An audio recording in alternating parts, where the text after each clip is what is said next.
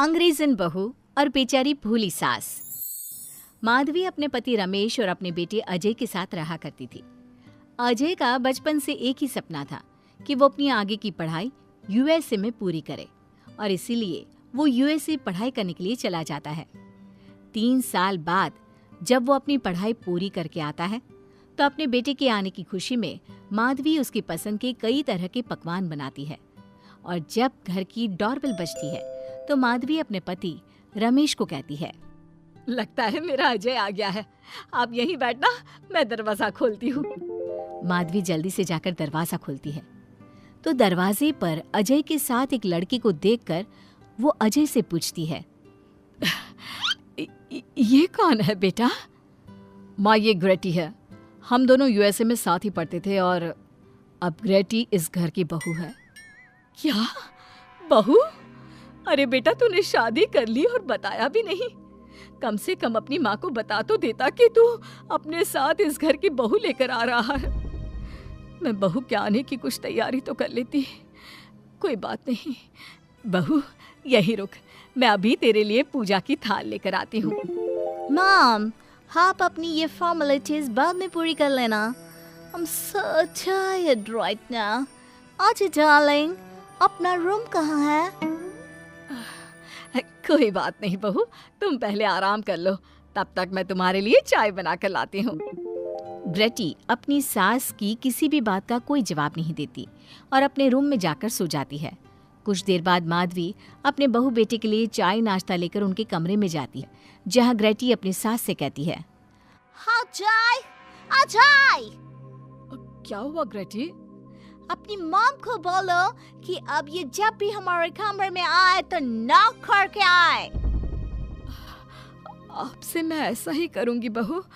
वो तो आज ही तुम दोनों आए हो तो मुझे लगा थक गए होंगे, इसलिए जल्दी जल्दी मैं ऐसे ही चाय नाश्ता लेकर आ गई। वो क्या है ना, अजय जब भी बाहर से आता है तो आते ही चाय मांगता है, बस इसीलिए मैं ना ये चाय यहाँ रख देती हूँ, पी लेना, अदरक वाली चाय है। ये बोलकर माधवी वहाँ से जाने लगती है। तभी ग्रेटी अपनी सास से कहती है, जाते हुए अपनी साथ अपनी ये चाय भी ले जाओ, क्योंकि अजय अब चाय नहीं पीता।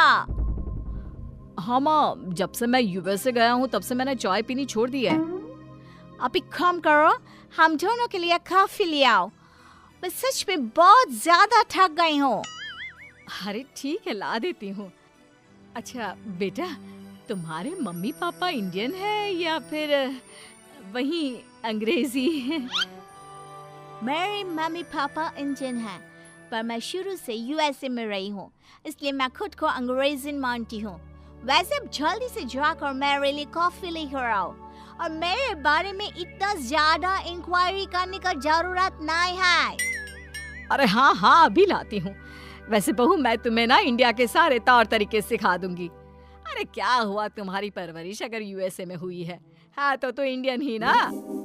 आपसे ज्ञान नहीं मांगा है, अब कुछ देर के लिए हम दोनों को अकेला छोड़ दो प्लीज, हाथ छोड़ता है। अपनी बहू की बात सुनकर माधवी वहाँ से चली जाती है। माधवी का उतरा हुआ चेहरा देखकर रमेश माधवी से कहता है, हमने इस नालायक को बाहर पढ़ने के लिए भेजा था और इसने क्या किया, बाहर से अंग्रेजन बहू उठाकर ले आया। माधवी, तुम बहुत भोली हो, पर मैं नहीं। ये लड़की हमारा घर तोड़ देगी, हमसे हमारे अजय को दूर कर देगी। देखा, आते ही कैसे रोब झाड़ रही है, जैसे तुम इस घर की नौकरानी हो।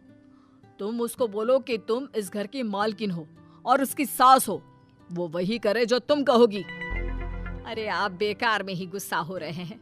बहू यूएसए की है, यहाँ नई नई आई है, उसको यहाँ के तौर तरीके नहीं पता और वो मुझे अपनी माँ मानती है, तभी तो अपने नखरे दिखा रही है। वैसे भी ना बहू बेटी दोनों बराबर ही होती हैं। माधवी, कौन सी बेटी अपनी माँ से ऐसे बात करती है जैसे तुम्हारी बहू कर रही है? मैं बस तुम्हारे कहने पर चुप हूँ, वरना मैं अपने बहू बेटों को आज ही घर से निकाल देता। ये कहकर रमेश वहाँ से चला जाता है। ऐसे ही कुछ दिन बीत जाते हैं और ग्रेटी अपनी बेचारी भोली भाली सास पर अत्याचार करती रहती है। ग्रेटी अपना सारा काम अपनी सास से करवाती और उसी को भला बुरा सुनाती। ऐसे ही एक दिन माधवी कपड़े धो रही होती है और ग्रेटी माधवी को सताने के लिए अपने सारे कपड़े लाकर उसे देती है और कहती है, मॉम्स, ये मेरे कुछ कपड़े हैं, जरा इन्हें भी धो दो। इतना बोलकर ग्रेटी तैयार होकर घर से जाने लगती है। तभी माधवी उससे कहती है, बहू, आज तुम्हारे ससुर के दोस्त के घर में एक छोटी सी पार्टी है। उन्होंने सह परिवार बुलाया है। मैं चाहती हूँ कि तुम और अजय भी आज हमारे साथ वहाँ चलो और आज ना साड़ी पहनना। मॉम, अभी मैं क्लब जा रही हूँ, रात को मुझे टाइम मिलेगा तो आपके साथ चली जाऊंगी, पर साड़ी बारी नहीं पहनूंगी। ये कहकर ग्रेटी वहाँ से चली जाती है। शाम हो जाती है। सब ग्रेटी के घर आने का इंतजार करते हैं और इस वजह से कोई भी पार्टी में नहीं जा पाता। इंतजार करते करते रात के 12 बज जाते हैं। 12 बजे रात को ग्रेटी नशे की हालत में जख्मी घर आती है। अपनी बहू के सर और हाथ पर लगी चोट देखकर माधवी परेशान हो जाती है और जल्दी से फर्स्ट एड का बॉक्स लाकर अपनी बहू के सर पर पट्टी करती है। एक माँ की तरह प्यार करते हुए वो अपनी बहू से कहती है, बहू, तुझे चोट कैसे लग गई बेटा? मैं घर आ रही थी, एक बाइक वाले से मेरी टक्कर हो गई। कोई बात नहीं बेटा, कल सुबह होते ही तुझे अपने फैमिली डॉक्टर के पास ले जाऊंगी। अच्छा, अब तू ना आराम कर, मैं तेरे लिए अभी हल्दी वाला दूध लेकर आती हूँ। माधवी, मैंने तुम्हें पहले ही समझाया था, ये अंग्रेजन हमारे घर के लिए ठीक नहीं है, पर तुमने मेरी एक नहीं मानी। अब देख लो, आज इस अंग्रेजन बहू की वजह से सारे मोहल्ले में हमारी नाक कट गई है। आज सब हम पर हंसते हैं और ये सब कुछ तुम्हारी वजह से हुआ है, तुम्हारी छूट की वजह से हुआ है। ये कहकर रमेश अपने रूम में चला जाता है, पर माधवी अपनी बहू की पट्टी करके उसे उसके कमरे में जाकर सुला देती है। अगले दिन माधवी ग्रेटी को लेकर अपने फैमिली डॉक्टर के पास जाती है, जहां ग्रेटी देखती है कि उस डॉक्टर की बहू ने साड़ी पहनी है और एक संस्कारी बहू की तरह घर में पूजा पाठ करके अपने सास ससुर के पैर छूकर उनका सुबह सुबह आशीर्वाद लेती है। डॉक्टर की बहू को देखकर ग्रेटी को अपना बर्ताव याद आता है और उसे एहसास होता है कि वो अपनी भोली और मासूम सास के ऊपर कितना अत्याचार करती है, पर फिर भी माधवी सबसे लड़कर हमेशा उसका साथ देती है। ये सब देखकर ग्रेटी को पश्चाताप होता है और कुछ देर बाद वो दोनों दवाई लेकर घर आती है। जब माधवी ग्रेटी को दवाई खिलाने के लिए उसके पास जाती है तो, मॉम, मुझे माफ कर दीजिए, मैंने कभी भी आपके प्यार को नहीं समझा, आप पर इतना अत्याचार किया, आपकी बेइज्जती की, आपसे घर का सारा काम करवाया। आपने मुझे कितनी छूट दी, पर फिर भी मैं आपके साथ इतना बुरा करती थी। और आज जब मैं नशे की हालत में चोट खाकर घर आई तो भी आपने मुझसे कोई सवाल नहीं किया, उल्टा आपने मेरा साथ दिया, मेरी सेवा की। आज जब मैंने डॉक्टर की बहू को देखा घर का काम करते हुए, अपने सास ससुर की सेवा करते हुए, तब जाकर मुझे एहसास हुआ कि मैं कितनी रॉन्ग थी। एक इंडियन होकर भी एक बहू के कर्तव्य से दूर रही और आपके ऊपर अपनी अंग्रेजी का रौब झाड़ती रही।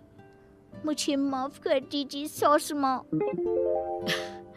बेटा, अक्सर बच्चों से गलतियां हो जाती है। ऐसे भी सुबह का भूला अगर शाम को घर आ जाए तो उसे भूला नहीं कहते बहू। और मुझे बहुत अच्छा लग रहा है ये देखकर कि मेरी अंग्रेजन बहू कितनी समझदार हो गई है। जिसके बाद माधवी और ग्रेटी एक दूसरे को गले लगा लेती है और उसके बाद से ग्रेटी एक संस्कारी बहू की तरह रहती है और अपनी सास को किसी भी शिकायत का मौका नहीं देती। अपनी सास ससुर की बहुत अच्छे से दिल से सेवा करती है।